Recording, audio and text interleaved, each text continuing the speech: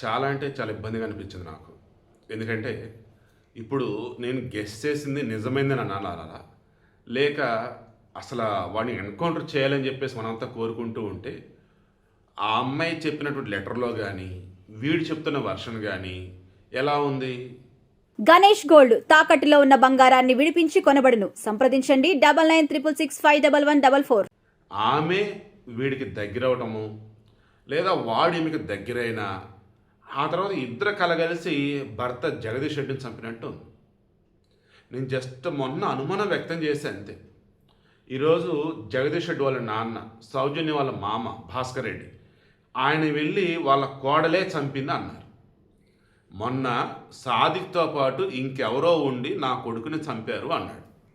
ఆ వేరే వ్యక్తి ఎవరో కాదు, నా కోడలు సౌజన్యే అన్నాడు. సాదిక్ కూడా ఏం చెప్పాడు? నిజమే, నేను హైదరాబాద్ నుంచి సైనైడ్ తీసుకొచ్చి సౌజన్యకి ఇచ్చా. సౌజన్య కొంచెం కొంచెంగా ప్రోటీన్ పౌడర్లు కలిపి వాళ్ళ ఆయనకి ఇచ్చేది అని చెప్పేసి. విషయం ఏంటి? ఆల్రెడీ జగదీష్ రెడ్డి వచ్చేసి సౌజన్యని అంతగా చూసుకోవట్లేదు. వాళ్ళిద్దరి మధ్య ఎడబాటు, లవ్ మ్యారేజ్ బట్ ఎడబాటు. దానివల్ల పిల్లోడిని ఎటు వెళ్ళనిచ్చాడు కాదు, ఈవిని ఎటు వెళ్ళనిచ్చాడు కాదట. ఇక పిల్లోడు బయటికి వెళ్ళకపోతే ఎలా అని చెప్పేసి పిల్లోడితో పాటు ఇవి బయటకు వెళ్తూ అవి ఇవి నేర్పుతూ ఉన్నటువంటి మూమెంట్లోనే ఈ సాదికి దగ్గరయ్యాడు. ఏ రకంగా? పిల్లోడిని బాగా చూసుకుంటూ ప్యాంపరింగ్ చేస్తూ అవి ఇవి నేర్పిస్తూ అలా. ఈలోపు ఈ సాదిక్ వచ్చేసి ఏం గమనించాడు? సౌజన్యకి జగదీష్ రెడ్డి ఇద్దరికి మధ్య గ్యాప్ ఉందనే విషయం గమనించాడు.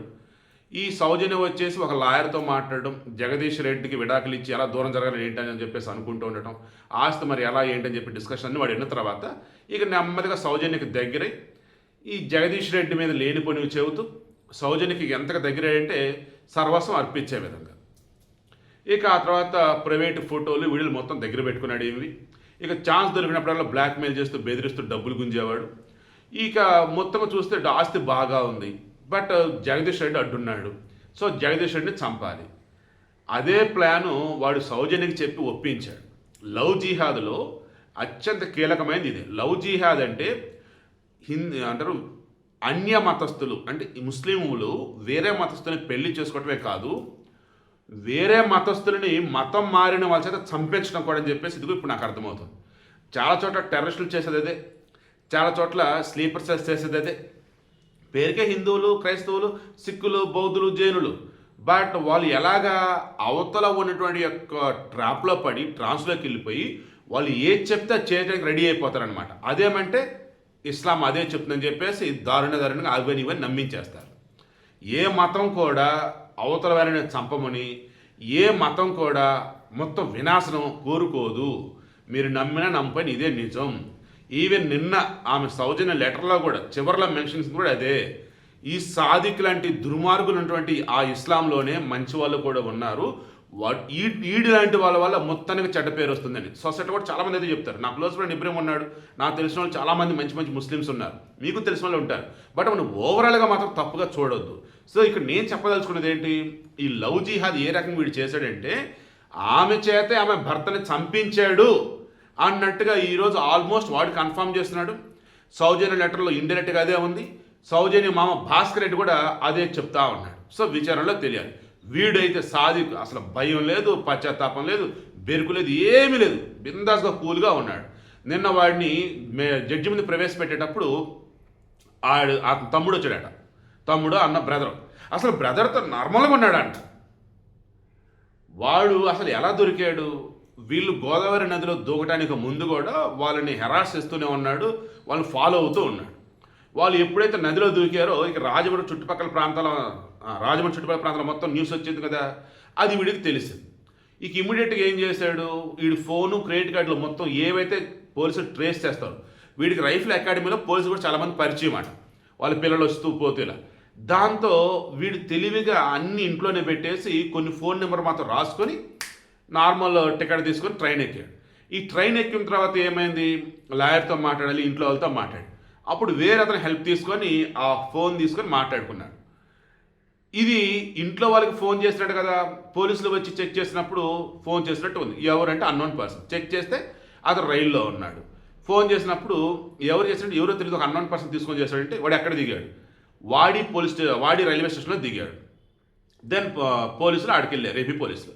వాడి రైల్వే స్టేషన్ దిగిన తర్వాత మొత్తం సిసిడి మొత్తం చెక్ చేస్తే సాదిక్ ఎక్కడికి వెళ్ళాడు, సోలాపూర్ బస్ స్టాండ్కి వెళ్ళాడు.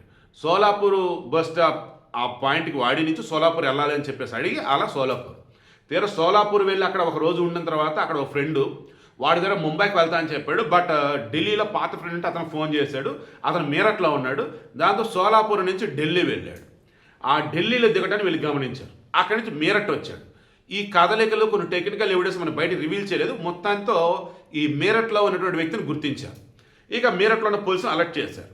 మీరట్ పోలీసులు ఇక జాగ్రత్త వాళ్ళని ఎటు పోకుండా ఉన్న కాపలా కాసినారు. ఇక ఏపీ పోలీసులు వెళ్ళగానే వాడిని పట్టుకున్నారు.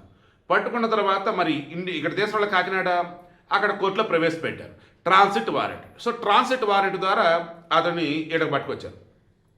తీసుకొస్తున్నప్పుడు కూడా పోలీసులు అసలు నార్మల్గా ఉన్నాడంట. అసలు ఏమాత్రం బెరుకు లేదు, ఏం లేదు, చాలా నార్మల్. ఎలాగంటే ఒక టెర్రరిస్టు వాడు ఎలా ఉంటాడంటే వాడు ఎవరినైనా చంపుతాడు, వాడు చంపేసుకుంటాడు ఆత్మాహుతి. బట్ వాడు భయపడ్డు. ఎవరికి భయపడ్డు?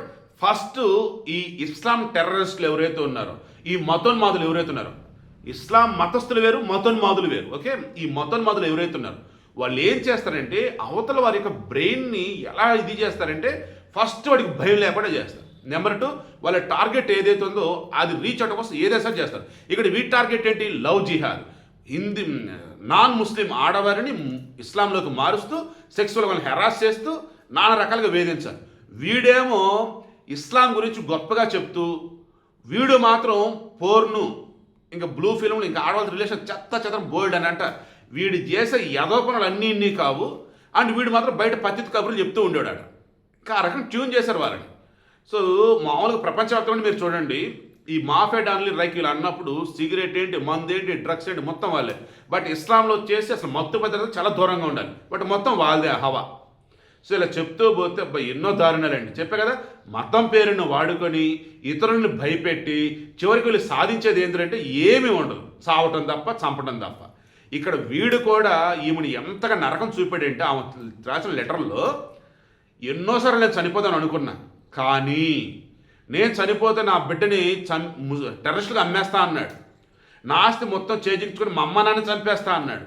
ఎందుకు ఇక ఈ రకంగా అని చెప్పేసి మేమే చనిపోతాం డిసైడ్ అయ్యాము అని అంది. లాస్ట్ వాళ్ళ కొడుకు రిత్విక్ రియాన్సా, అతనికి ఈత వచ్చు, ఈతలో ఎక్స్పర్ట్.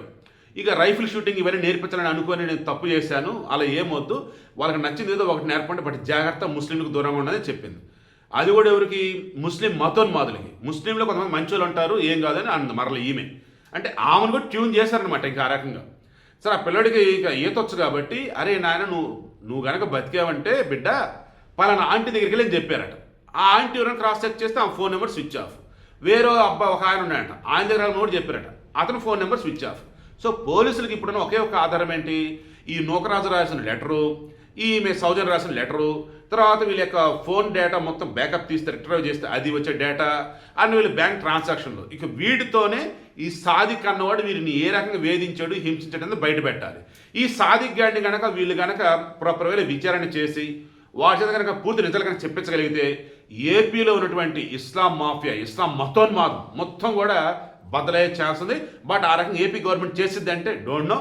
నేనైతే క్లియర్గా ఏపీ గవర్నమెంట్ రిక్వెస్ట్ చేస్తున్నా, మత మార్పిడి నిరోధక చట్టం అది ఏదైనా సరే బలవంతంగా మత మార్పిడి చేసినా, బ్లాక్ మెయిల్ చేసిన మత మార్పిడి చేసినా దానికి కఠిన శిక్షలు ఆల్రెడీ బీజేపీ రాష్ట్రాల్లో ఉన్నాయి. అలా ఏపీలో కూడా రావాలని నేను కోరుకుంటున్నా, తెలంగాణ కూడా రావాలని వేడుకుంటూ ఉన్నా.